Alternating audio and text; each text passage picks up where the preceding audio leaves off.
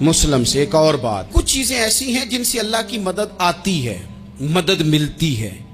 ایک چیز ان میں سے ایسی ہے جس سے بہت مدد نازل ہوتی، وہ ہے کہ جب رب آپ کو دے نا تو پھر آپ بھی اس کے رستے میں دیں، پھر مدد آتی ہے، پھر اور آتا ہے. بخاری مسلم میں حدیث ہے، یہ زیادہ ہی توجہ طلب امر ہے، اس پر آپ غور کریں گے. حضرت ابو ہریرہ فرماتے ہیں کہ نبی پاک علیہ السلام نے فرمایا ایک شخص نے بادلوں کے اندر سے آواز سنی کہ فلاں آدمی کا کھیت اور باغ خشک ہو گیا ہے، وہاں برسو اور اس کے کھیت کو سیراب کرو. وہ بڑا حیران ہوا کہ بادل سے آواز آ رہی. پھر اس نے دیکھا کہ ایک پہاڑی پر بارش ہوئی، وہ بادل وہاں برسا، پھر نالیوں سے ہوتا ہوا پانی ایک طرف چلا. تو جس نے آواز سنی تھی، حضور بیان کر رہے ہیں، وہ بھی پیچھے پیچھے چلا کہ پانی کدھر جا رہا ہے. اس نے جا کے دیکھا کہ ایک مقام پہ ایک باغ کو وہ پانی لگ رہا ہے اور ایک آدمی وہ پانی لگا رہا ہے. اس نے اس سے پوچھا تیرا نام کیا ہے؟ اس نے کہا کیوں؟ کہنے لگا بتا نا. اس نے نام بتایا تو کہنے لگا یہی تو وہ نام ہے جو میں نے بادلوں کے اندر سے سنا ہے کہ فلاں کے کھیت کو پانی دے دو. اس نے کہا یار تو کیا عمل کرتا ہے کہ اسپیشل تیرے لیے بارش برسے؟ یہ بخاری پڑھ رہا ہوں، سیاستہ سے حدیث عرض کر رہا ہوں. اس سے پوچھا تو کیا کام کرتا ہے کہ جناب اللہ تبارک و تعالیٰ کا حکم کرم آیا کہ خاص تیرے لیے پانی برسے اور تیرے کھیت کو سیراب کرے. تو اس نے کہا چھوٹا ذمہ دار ہوں، پر جب فصل اگتی ہے تو 3 حصے کرتا ہوں. ایک حصہ اپنے بال بچوں پہ، بہن بھائیوں پہ خرچ کرتا ہوں، ایک حصہ پورا، اور ایک حصہ دوبارہ کاشتکاری پہ لگاتا ہوں، اور تیسرا حصہ خالص میں نے مسکینوں، یتیموں اور غریبوں کے لیے رکھا ہوا ہے. وہ جو تیسرا حصہ، اللہ کرے آپ سمجھیں، وہ رب کے بندوں پہ تیسرا حصہ خرچ کرتا ہے نا، تو کریم مالک نے فرمایا جہاں سے غریب کا حصہ جاتا ہے وہ کھیت خشک نہیں رہنا چاہیے. وہ جہاں سے مسکین روٹی کھاتے ہیں وہ خشک نہ رہے. جہاں سے یتیموں کو کچھ آتا ہے کہیں اس کی فصل رہ نہ جائے. میں اور آپ بھی اگر اپنے مال میں مسکینوں، یتیموں، غریبوں کے حصے رکھ لیں گے تو فصلیں خشک نہیں رہیں گی. ان کے اندر تازگی آئے گی، نور آئے گا، کرم آئے گا. خاص کر خدا کی رحمت برسے گی. مدد اللہ سے چاہیں، اپنی توجہات کا مرکز رب رسول کی ذات کو بنائیں، پھر آپ محسوس کریں گے کہ بڑی جلدی اللہ تعالیٰ کی مدد آنے لگی ہے. کبھی آپ صرف کہہ دیں نا میرا رب میرے ساتھ ہے، اس لفظ میں اتنی طاقت ہے کہ دشمن ویسے زہر ہو جاتا ہے. زندگی میں کسی سے بھی لڑائی ہو، اچھی طرح سوچ لیں کہ اللہ اس طرف ہے یا اس طرف ہے. اگر آپ زیادتی پہ ہیں تو پھر رب مظلوم کی جانب ہے. اگر اللہ کی مدد آپ کے ساتھ ہے تو دنیا کی کوئی طاقت آپ کو گرا نہیں سکتی. اور اگر آپ مظلوم کے مقابلے میں ظالم بن کے آپ کھڑے ہو گئے ہیں اور آپ نے رویہ وہ اختیار کیا ہے کہ جس میں مدد نہیں آئے گی، تو پھر یاد رکھ لیں کہ آپ کوئی بھی ہیں، کہاں بھی ہیں، آپ کمزور ہیں. طاقتور تھے ابتدائے اسلام میں، ظاہری طاقت تھی کفار مکہ کے پاس. وہ ڈنڈوں سے مارتے تھے غریبوں کو، ان کے ہاتھوں میں ڈنڈے تھے، پر خدائی طاقت ان مظلوموں کے ساتھ تھی. صاحب زرقانی نے لکھا ہے حضرت زنیرہ رضی اللہ تعالیٰ عنہ ایک لونڈی ہیں، غریب ہیں. ماڑے دا کی کام محمد، نس جانا یا رونا. غریب سادی بی بی اور لونڈی کنیزہ، ایک مشرک کی کنیزہ تھی. انہوں نے کلمہ پڑھ لیا. وہ ڈنڈوں سے مارتا، دروں سے مارتا، تکلیف دیتا. حضرت زنیرہ رضی اللہ تعالیٰ عنہ کو اتنا مارا، اتنا مارا. اب آپ ایک اور پہلو پر بھی غور کریں، مار بھی پڑ رہی ہے پر خدا ادھر ہی ہے، اللہ کی مدد ادھر ہی ہے. رب کہتا ہے کہ پہلے تو صبر کرنا، ان اللہ مع الصابرین. تو صبر کرے گا تو پھر رب کی معیت ملے گی. ذرا ٹھہرنا، تو تھوڑا ڈٹنا. ان الذین قالوا ربنا اللہ ثم استقاموا تتنزل علیہم الملائکہ. تو کہے اللہ میرا رب ہے، پھر تو پہلے ڈٹ، پہلے تو نے ڈٹنا ہے. ثم استقاموا، جو ڈٹ گیا، تتنزل علیہم الملائکہ، ڈٹنے والے کے لیے مدد آتی. پہلے تھوڑا ٹھہرنا پڑتا ہے، پہلے تھوڑا صبر کرنا پڑتا ہے، حوصلہ کرنا پڑتا، اس کے بعد مدد آتی. مار پڑ رہی ہے، مارا جا رہا ہے. حضرت زنیرہ کو ان کا مالک جو ہے ظاہری آقا وہ مار رہا ہے. یہ کنیزہ ہے، اتنا مارا، اتنا مارا ان کی بینائی چلی گئی, نظر آنا بند ہو گیا. ابو جہل آیا اور کہنے لگا زنیرہ دیکھا نا ہمارے بت تیری آنکھیں لے گئے معاذ اللہ, لات و منات ہمارے بتوں نے تجھے اندھا کر دیا. اب ایسا نہیں ہے کہ بی بی روتی جا رہی ہے, مایوسی معاذ اللہ, پریشانی, غریبی بڑی ہے, پوچھنے والا کوئی نہیں, یہ باتیں نہیں. کیا جملے ہیں خاتون کے, کیا لفظ ہیں. ابو جہل نے طنزیہ کہا معاذ اللہ, کہنے لگا دیکھا نا ہمارے بتوں نے تجھے اندھا کر دیا. تو جناب زنیرہ آنکھوں کی بینائی گئی ہے, رات کو گئی ہے, دکھ ابھی تازہ ہے, لیکن اللہ پہ جو توکل ہے, اپنے مالک سے جو رشتہ ہے وہ اتنا مضبوط ہے, اتنا طاقتور ہے, اس میں اتنی گہرائی ہے کہ حضرت زنیرہ بول کے نا اتنی قوت سے بولی, اتنی طاقت سے بولی کہ پورے کفر پر لرزہ طاری ہو گیا. فرمانے لگی تمہارے بتوں کی کیا اوقات ہے کہ وہ میری بینائی لے جائیں, یہ میری رب کی حکمت کا تقاضا ہے. جب تک اس نے چاہا زنیرہ دیکھتی رہی, اور جب اس نے چاہا زنیرہ کی آنکھوں کی بینائی چلی گئی, اور اگر وہ چاہے گا نا تو بینائی واپس بھی کر دے گا. اگر ہو ذوق یقین پیدا تو کٹ جاتی ہیں زنجیریں, اگر وہ چاہے گا تو بینائی آ بھی جائے گی. حضرت زنیرہ نے رات کو یہ لفظ کہے, ابو جہل اور سارے کفار ڈر کے سن کے چلے گئے. آپ اطمینان سے آ کے بستر پہ سوئی. جب سویرے اٹھی تو اللہ نے آنکھوں کی روشنی واپس کر دی تھی. آنکھوں کی اب چھڑی پکڑی ہے, بازاروں میں گھومتی ہے, کہتی ہیں بلاؤ کدھر ہے تمہارے لات و منات, دیکھو میرے رب نے روشنی واپس کر دی. آ کر میرے ساتھ ادھر آ, ستمگر ہنر آزمائیں, تو تیر آزما ہم جگر آزمائیں.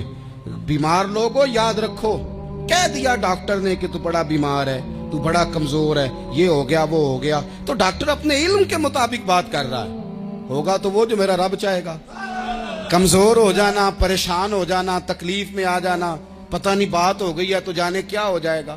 اپنی زندگی کے اندر اپنے رب سے رشتہ مضبوط کریں, رسول کائنات سے رشتہ مضبوط کریں, اللہ والوں سے رشتہ مضبوط کریں. حضرت زنیرہ نے پیغام دیا کہ زندگی میں جو جینا چاہتے ہیں تو وہ رب کا نام لے کے جی سکتے ہیں. جو اپنی زندگی میں خوشیاں دیکھنا چاہتے ہیں تو رسول اللہ کے نام پر خوشیاں دیکھی جا سکتی ہیں. توکل کی بنیاد پر بندہ خوشیاں لے سکتا ہے. اور اگر انسان میں توکل نہیں ہے تو پھر وہ اس کالے جادو سے بھی ڈر رہا ہے, وہ نیلے سے بھی ڈر رہا ہے, وہ پیلے سے بھی ڈر رہا ہے, وہ فلانے سے بھی ڈر رہا ہے, وہ میرے خلاف فلانا رشتہ دار سازش کر رہا ہے تو ڈر رہا ہے, فلانا میرے بارے میں یہ کر رہا ہے تو ڈر رہا ہے, وہ پتہ نہیں دنیا ادھر ہو جائے گی تو کیا ہو جائے گا, اٹھ باندھ کمر کیوں ڈرتا ہے, پھر دیکھ خدا کیا کرتا ہے. تو اس ساری گفتگو کا نچوڑ آپ کو یہ عرض کیا ہے. سب سے پہلے تو یہ کہ میدانوں میں مدد بھی اللہ کی, رزق میں مدد بھی اللہ کی, فصلیں خشک ہوں تو مدد پھر بھی اللہ کرے, تو پھر ساری مدد, اور اگر انسان بیمار ہو تو پھر بھی مدد اللہ کی. تو اپنے اللہ کی جانب توجہ کو بڑھائیں, آپ اللہ سے مدد کے سوالی بنیں. ترمذی کی ایک حدیث ہے, میں آپ کو زندگی کا تجربہ بتاتا ہوں کہ جب میں بڑا پریشان ہوتا ہوں تو یہ والی روایت کھول لیتا ہوں, مزہ دیتی ہے. میرے نبی پاک علیہ السلام نے فرمایا اپنے دکھ سیٹھوں نوابوں کو نہ کہنا, مالداروں کا نہ کہنا, ورنہ اللہ تمہیں کبھی غنی نہیں کرے گا. فرمایا اپنے دکھ اپنے رب کی بارگاہ میں عرض کرنا, جلدی کرے یا دیر سے کرے اللہ تمہیں لوگوں سے بے نیاز کر دے گا, اللہ تمہیں غنی کر دے گا. رات کو بیٹھو نا اس کی بارگاہ, اسے دکھڑے سناؤ, چھوٹی چھوٹی باتیں. حضور نے فرمایا نمک بھی مانگو تو رب سے مانگو, چھوٹی چھوٹی بات سے شروع کرو نا. جب بندہ شروع کرتا ہے نا چھوٹی چھوٹی چیزیں تو بڑی ساری چیزیں, یہ اس طرح ہوتا ہے جیسے بندہ رب سے گفتگو کر رہا ہے, مالک مجھے یہ چاہیے, مالک میں یہاں کمزور ہوں, اللہ میں یہاں پریشان ہوں. آپ یہ کر کے تو دیکھیں, لمبی لمبی دعائیں مانگ کے تو دیکھیں, اس کے حضور جوڑ کے تو دیکھیں, آپ دیکھیں گے راحت کتنی ہے, سکون کتنا ہے.